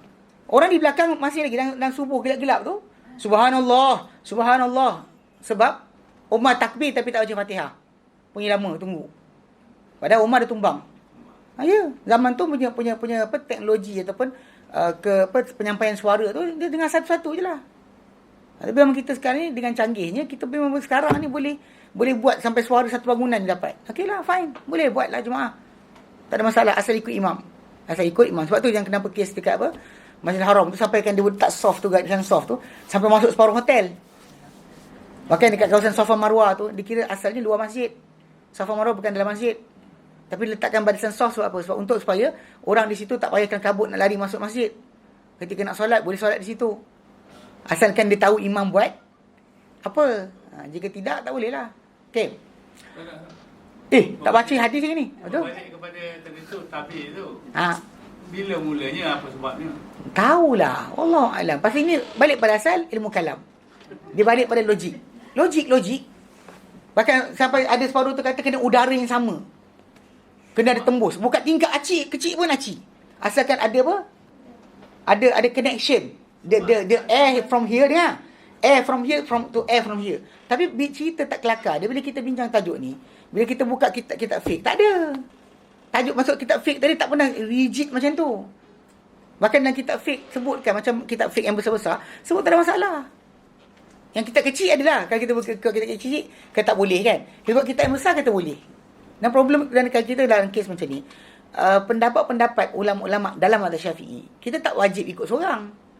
Katakan Imam Ar-Ramli kata macam ni, Imam Nawawi kata macam ni, kita wajib ikut dia. Kita tak wajib ikut sekian. Kita boleh pilih salah satu. Kenapa kita nak kata satu je pendapat je betul?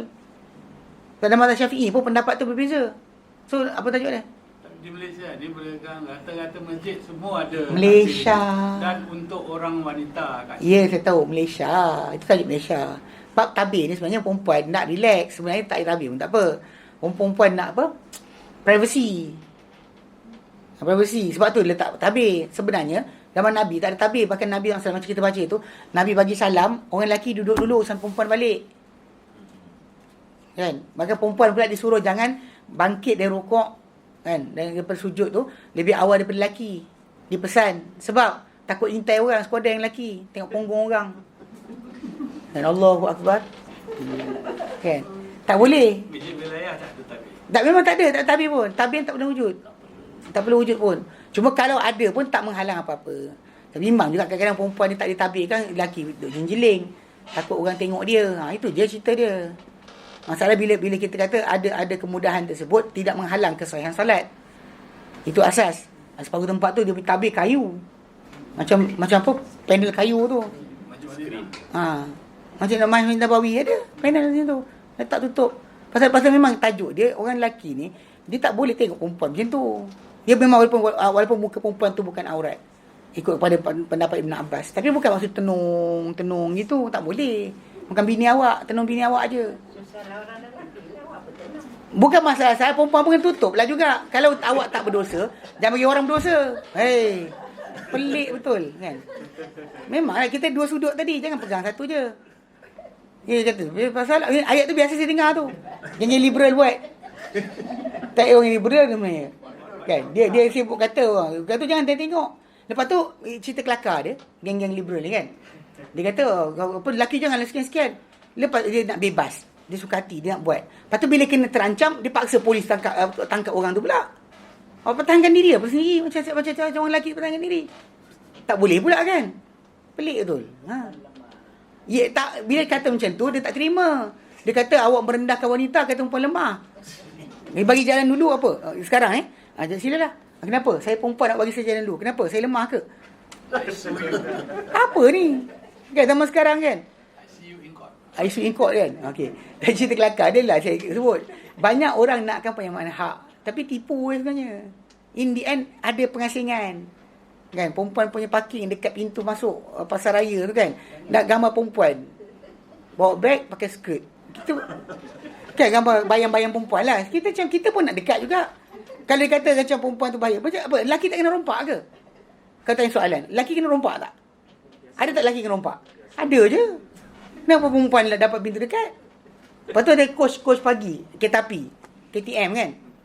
Komuter tu. Ada ladies coach. Actually bukan Malaysia je buat. Mula-mula Jepun buat. Jepun yang ni Eropah semuanya asing kan. Kita copy je. Kita tiru je. Lepas tu kita tanya soalan kan. Apa asal lelaki tak dapat? Orang Jepun buat. Lelaki minta. Coach jantan saja. Tak dapat. Pasal coach jantan saja ni. Coach perempuan ni. Perempuan saja. Coach yang tak ditulis dia kata perempuan atau lelaki. Perempuan boleh masuk. Lelaki masuk. Perempuan boleh masuk. Tapi yang ini perempuan saja. Lelaki tak masuk kan. Jadi diorang macam. Ada buat iklan pun kan. Ada iklan dekat TV. Lelaki tu duduk kan. Lepas tu semua perempuan tengok dia. Dia pun rasa aku handsome ke? Kan dia pelik juga tau. Apa pasal? Rupanya tengok kat atas nampak. Oh ni perempuan saja. Baru dia keluar lari. Faham juga lah. Tapi kisah dia benda tadi pengasingan tu berlaku. Cakaplah mana pun. Kan dalam Islam ni keadilan tu kan maksud kita sama. Banyak. Tapi sebenarnya sesuai untuk kita. Macam tu macam Ustaz Ismail Kamus. Dia kata apa? Dia kata bila sebut Islam ni kan. Bila sebut tentang penyamaan hak. Dia kata kan. Adil. Adil tu bukan maksud mesti serupa. Contoh macam untuk hari raya. Beli baju Melayu untuk anak lelaki. Baju perempuan, anak perempuan kita baju kurung. Jangan beli baju Melayu juga. Lepas tu beli kasut tinggi anak perempuan, kasut tinggi anak lelaki. Bila orang tanya kenapa ni? Adil. Ini bangang nama dia cakap itu. Sampai kamu dia kata bangang. Ini bangang. Bukan adil dia kata. Pasal dia ada yang sesuai untuk A atau B. Bukan sama, tak disamakan. Tapi kadang kata macam kalau sebut macam ni, sampai di US sampai sekarang tak settle. Gaji perempuan kurang dari gaji lelaki. Tahu? Sebanyak orang tak tahu tajuk ni. Sampai sekarang US, perempuan punya gaji kurang dari gaji lelaki. Walaupun sama kelulusan, sama dia punya bidang, walaupun perempuan tu lagi advance daripada lelaki, jawatan yang sama, perempuan tu akan dapat gaji kurang dari lelaki. Kennedy tantangan dulu untuk selesaikan masalah ni. Obama tantangan. Tak settle sampai sekarang. Dapat dekat apa? Trump lagi teruk lah. Tak adalah dia nak pun kan. Dia memang jenisnya tu. Dia nak cerita kan sampai sekarang tak ada pengadilan kat sana. Tak ada pun sistem kufur pergi sana. Kami tak setuju. Try pergi. Kan sistem kufur kan kat Malaysia pergi cakap. Pergi sana. Hak asasi buat perempuan. Pergilah sana cakap. Dia tak cakap pun. Dia sibuk kat negara Islam je. Bising buat faraid. Bising buat sekian. Bising hak cerai lelaki pegang perempuan tak pegang. Padahal kalau perempuan pegang, lama dah kena cerai suami dia. Kan? Balik rumah lambat je, I divorce you kan. Sekian. Tak bagi pasal raya, I divorce you. Ingat kakak saya kata. Dia kata kalau cerai kat tangan dia, tahun dia cakap lah, dia kata 5 kali dah suami kena cerai. Kalau dekat tangan dia. Betul. Saya cakap. Memang ada lelaki perangai macam tu, tapi majoriti lelaki tak, dia tunggu dulu. Dia tunggu dulu macam nantilah kan. Dia nak mencerai pun malas. Jadi kalau perempuan tak, dia laju. Kan? Dia cakap kena datang bulan, tak fikir langsung. Lepas datang bulan kan minta maaf balik. Ketika datang bulan tu cakap habis-habis dah. Kan memang suami tak ada jasa langsung. Tapi bila lepas datang musim dia waras kan, minta maaf lah bang, gini bang. Sebab tu kira hari raya, perempuan minta maaf kat suami beria. Lepas tu kan dia buat balik. Betul tak? Itu fitrah, dia faham. Kita setuju. Sebab tu kita kata perbezaan yang ada tu untuk kepelbagaian, bukannya untuk kita sama. Saatnya sama kan? Sama kan? Tak boleh. Macam jari kita kan, ada tinggi rendah ni, padan. Ni ibu jari ni pendek dari sini. Betul. Kalau ibu jari sama panjang, jenuh. Gitu pusing terlebih sini. Kan? Jari kita macam ni kan, ada tinggi rendah ni. Ini adil. Ini adil. Bukannya kena sama. Ni tak adil ni. Pergi jumpa doktor, potong panjang. Gitu. Macam tu. Kau tahu cerita kan. Susahnya nak buat kerja. Jadi sama panjang ke tidak kan, ruas sini kan. Ruas sini dengan sini kan dia ada jarak dia. Jarak rusuk kita. Semua sekali benda tu betul. Relax lah. Sebab tu macam perempuan punya keadaan Islam diletakkan adil. Orang kita tak faham-faham juga. Okey. Yang kes macam tadi tabir kan. Perempuan dikebelakangkan bukan sebab itu. Sebab banyak perkara. Dia benda tu yang tak layak untuk dia. Contoh macam di imam. Kan dia di imam kan. Benda tu perempuan macam Aminah Wadud buat. Isteri kepada Syekh Khalifah buat. Kan Aminah Wadud tu bukan pensyarah UIA. Yang dia solat jemaah jadi imam. Belakang dia lelaki perempuan. Sister in Kufur. Bukan sister Islam. Sister in Kufur. Okay. Dia orang tak puas hati ni. Pasal kita isytiharkan sesat kan. Pilih apa kita. Jadi sister in Kufur. Dia maksud dia asaskan sister in Kufur. Lepas tu dia punya ideologi tu sama rata lah. Dia balik pada asal lah tadi. Kalau dia perempuan jadi imam. 7 hari sebulan hilang. Pak imam kita mana? Bukan pak imam. Mak imam kita mana? Mak imam tak ada uzur. Oh ya ke? Kan? Lepas tu nak keluar berduduk ni, ada orang tanya soalan, nak berdudukan dengan questioner. Tak boleh lah. Kena letak suami sebelah. Suami dengar sekali cerita. Mak imam, kami ni ada masalah keluarga. Kan masalah tu. Sebab tu Islam tak letakkan perempuan kat situ. Pasal bahaya. Ni cakap ni keluar dalam YouTube, tapi cakap jugalah. Adalah dia kata, ada magistrate saya jumpa. Kan bila lantik perempuan jadi hakim. Saya kata tengok macam dia. Dia kata, payah ustaz dia tu. Dia kata tempat dia jadi magistrate tu, dia seorang je lelaki, yang lain perempuan. Dia kata masalah, saya kena cover semua. Nak pasal magistrate ni, dia nak putus hukum. Dia kena pergi tengok tempat kejadian jenayah. Darah kat mana ni, kat mana. Kalau mayat, kena tengok mayat. Perempuan ni yang jadi magistrate. Tanggungjawab dia. Masalah tak buat dia tu yang dia kata dia kena ganti. Lepas tu ada hari, saya kena ambil anak kat sekolah. Awak faham tak? Dia beza. Mak punya sayang pada anak tak sama macam bapak. Bapak boleh pass on dia. Mak tak boleh. Dia akan jadi benda tu menghantui hidup dia sepanjang hidup. Kan? Tak pergi ambil anak tu kan. Anak tu, aduh mak tak ambil saya kan. Dia teringat, aduh bila anak aku. Tak boleh. Dia kata memang dia jadi magistrate kan. Dia kata dia tengok orang perempuan jadi magistrate. Orang cakap, orang tak tahu. Dia cakap terus terang. Dia kata memang banyak benda masalah. Jadi kes hukum salah pun ada. Dia pas bayar hukum, hari tu dia tengah tension apa tak? Ya, serius. Ya. Dia cakap dia cerita sendiri lah. Dia the only lelaki dekat satu tempat tu, tak sebut nama. Tak sebut kan orang tahu tempat. Saya jumpa dia pasal waktu pergi haji. Duduk sebilik.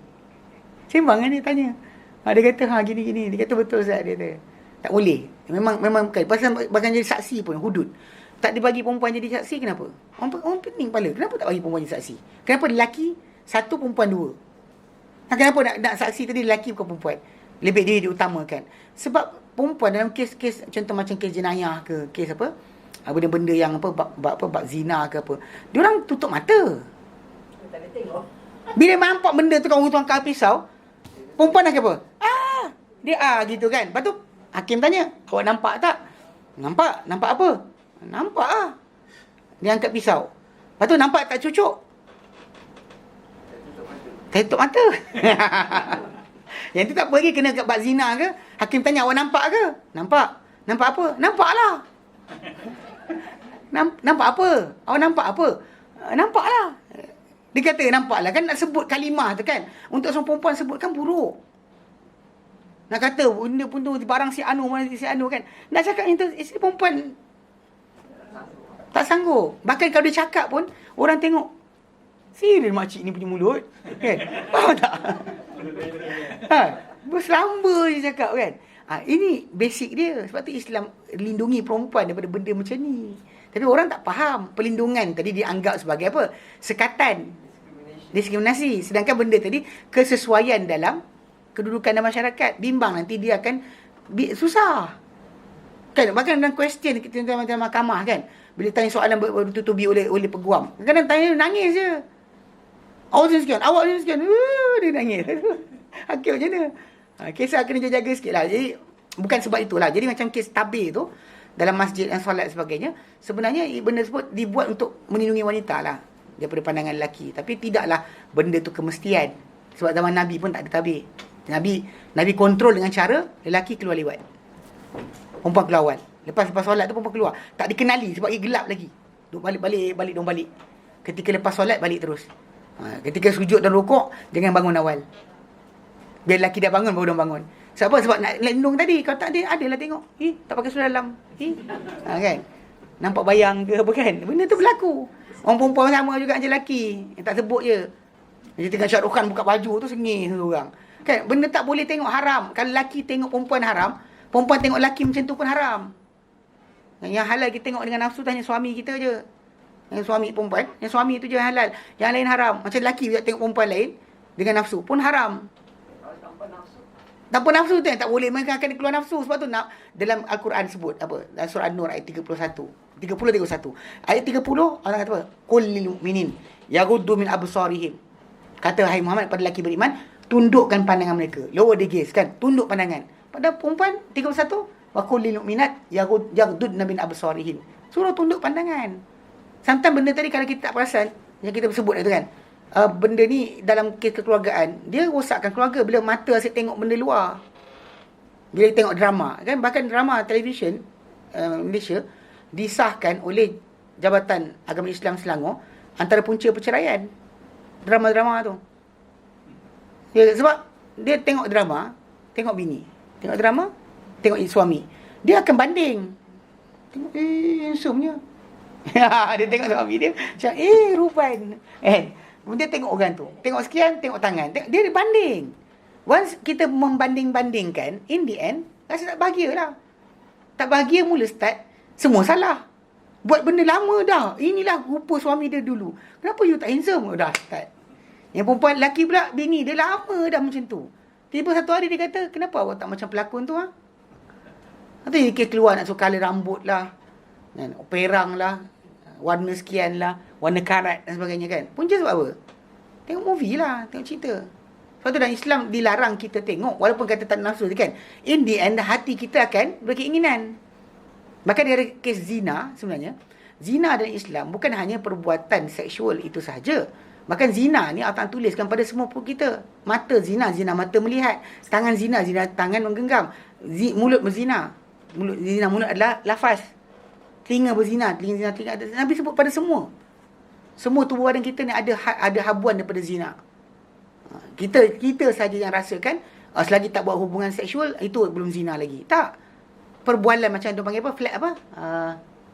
Ada dia panggil apa? Kalimah Inggeris dia. Lelaki perempuan cakap apa? Dia macam apa? Flirting.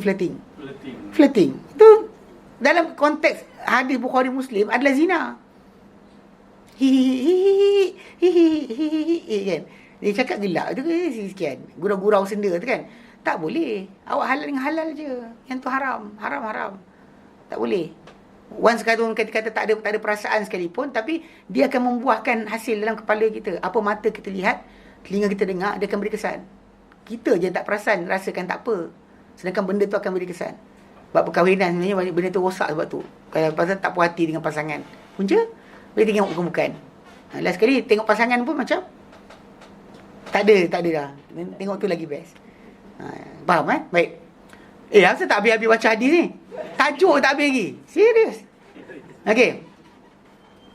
Alar rahilati, di atas kenderaan, fis safari, ketika musafir. Okey. Baik, dia kata kat sini, Ibnu Umar radhiyallahu anhuma, qala, beliau berkata, kana Rasulullah SAW yusalli, akan solat, wa muqbilun minan Makkah ila Madinati, dalam keadaan baginda pulang, datang daripada Mekah ke Madinah. Mekah ke Madinah. Ala rahilatihi, di atas kenderaan baginda. Okay. Haitsu kana wajhu, di mana saja arah kenderaan baginda menghadap. Di mana saja baginda menghadap. Tak kisah ke mana. Maksud Nabi akan apa solat di atas kenderaan baginda dalam keadaan Mekah balik ke Madinah. Dan di atas kenderaannya di mana arah wajah dia. Dia tak terbalikkan badan dia untuk arah ke Mekah. Hadap ke arah depan dia, wajah dia. Solat atas kenderaan. Sunat. Ni kita tajuk awal lagi kan. Tanaful atas sunat. Kita kata awal. Okey. Dia solat dalam menghadap ke arah Mekah, pulang daripada Mekah ke Madinah, di atas kenderaan baginda, di mana sahaja hadap wajah baginda. Qala, beliau berkata, wa fihi nazalat, dan padanya lah turun firman Allah Taala, fa aina ma tuwallu fathama wajhullah, maka di mana kalian menghadap di situlah wajah Allah. Wa fi riwayatin, riwayat lain, okey. Qala, berkata Ibnu Umar, ra'aitu Rasulullah SAW yusalli ala himarin. Aku lihat Rasulullah SAW solat di atas seekor keledai. Wa muwajjihun, dan keadaan baginda menghadap atau mengarah ila Khaybar, ke Khaybar. Khaybar ni bukan arah kiblat. Daripada Madinah bukan arah kiblat. Pasal arah kiblat untuk Madinah ke selatan. Khaybar menghadap ke arah utara. Jadi Nabi arah ke situ, tapi Nabi solat di atas kedai baginda sallallahu alaihi wasallam. Wa anhu, dan daripada Ibnu Umar juga, qala, beliau berkata, kana Rasulullah SAW yusabbihu dengan bawah tu nombor 5. Sabihu ay yatanaffalu. Sabihu ay yatanaffalu, maksud solat sunat. Okey. Dia kata ala rahilati, di atas kenderaan.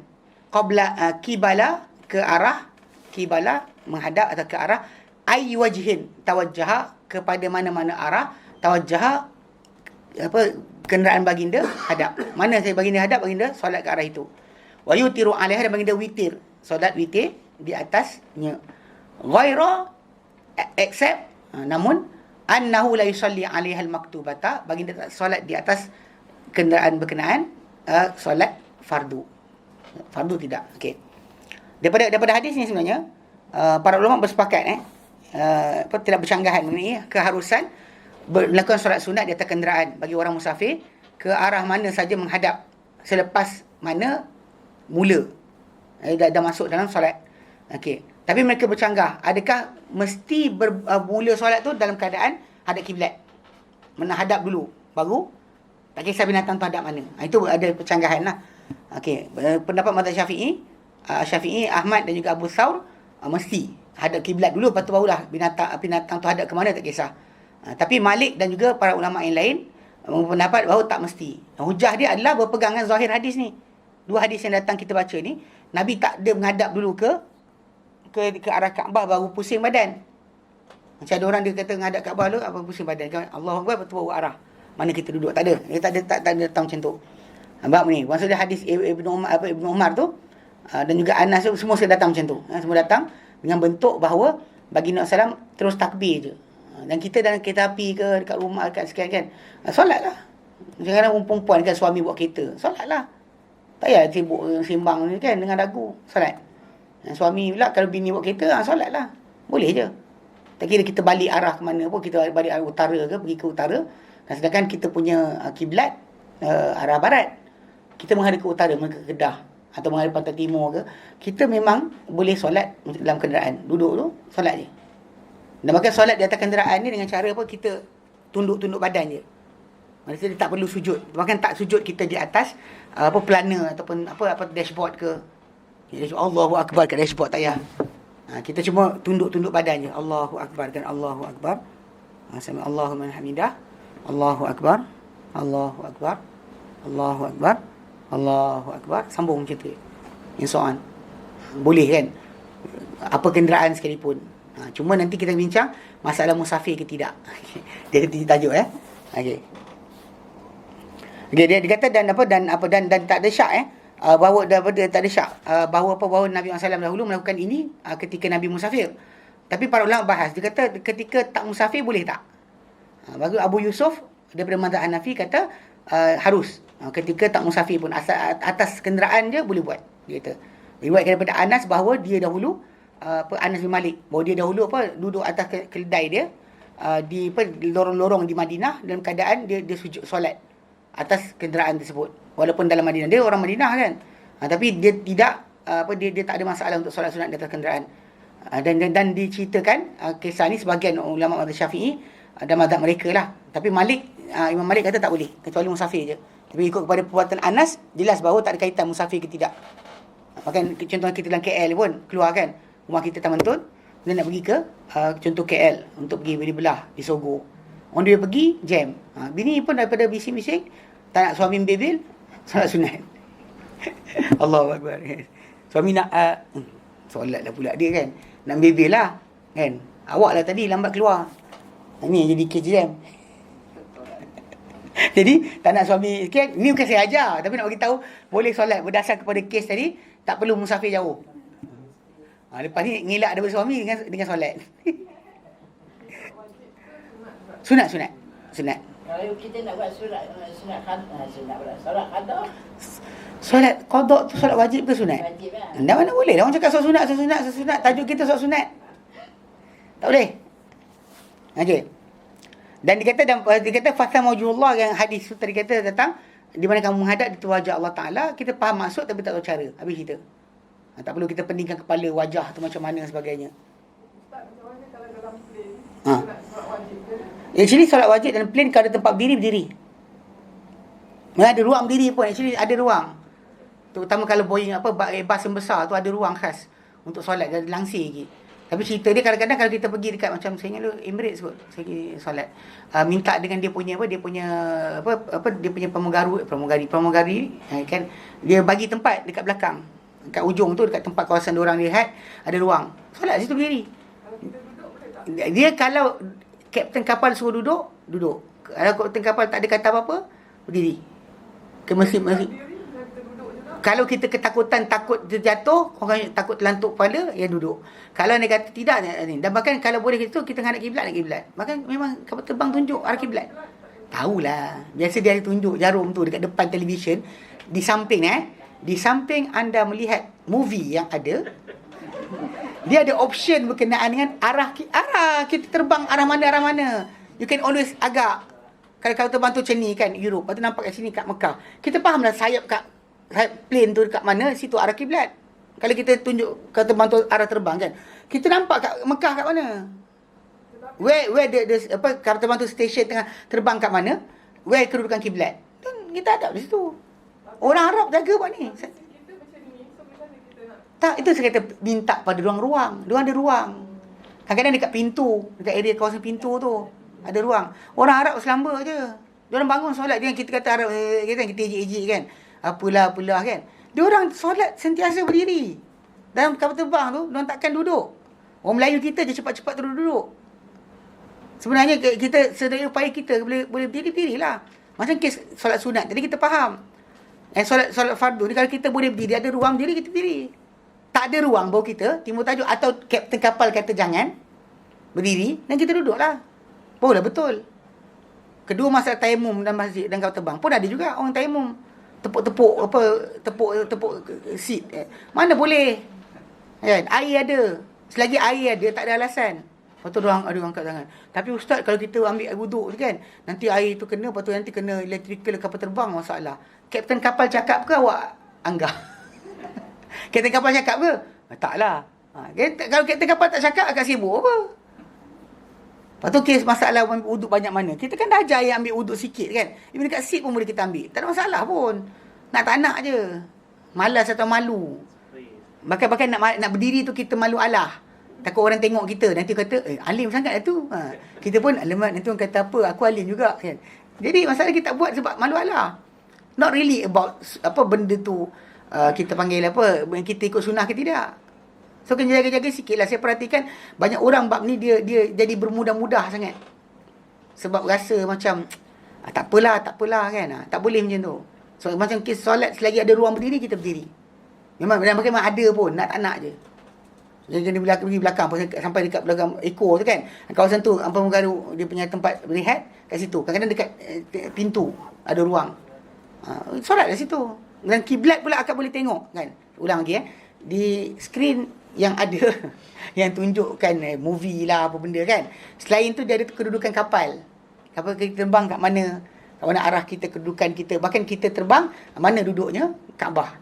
Kalau kena kapal terbang yang apa syarikat-syarikat Islam macam Saudi ke apa, dia ada anak panah pula. Dekat situ tunjukkan mana ini kapal terbang punya sayap, mana arah kiblat. Arah kiblat kat mana. Kita boleh keluar, kita boleh agak kat mana arah kiblat. So basically tak boleh longgar macam tu. Kalau kita rasa payah sangat, dan tunggu sampai solat. Kalau kita rasa was-was kan nak solat dengan keadaan tadi, dan kita turun kapal terbang, solat dah. Waktu dah habis. Walau ulang balik kes masalah kita ketika mana yang di kondak dulu parit kan, orang sibuk pergi gali parit tapi berhenti makan tapi tak berhenti solat asar waktu maghrib, tak ingat ke? Itu keadaan tadi boleh je kalau kita rasa dalam kapal terbang tadi kita rasa tertekan, kita rasa macam fatwa ustaz ni betul habis waktu kan. Dia sampai sana solat lah. Okey, Qada tak? tak qada pun. Tak, kalau kita musafir jamak lah. Tapi kalau dah zuhur asar keluar, maghrib masuk, bukan jamak dia panggil. Kan solat je lah bila kita sampai. So kita rasa selesa solat dalam kapal terbang tadi. Kita rasa tak boleh berdiri, kita rasa sekian, kita takut. Kalau orang tua ni dia rasa kotor dah kat bawah, so nak basuh pun kat dia tak. Ini kadang-kadang malas tu. Ya, orang cakap yang tu, kotor lah apalah. Lain tak apa. Lebih baik. Okey, berhenti ni. Wallahu a'lam. Sambung kemudian. Wassallallahu ala sayyidina Muhammad sallallahu alhamdulillah rabbil alamin. Insyaallah anta astaghfiruka wa atubu ilaik. Assalamualaikum warahmatullahi wabarakatuh.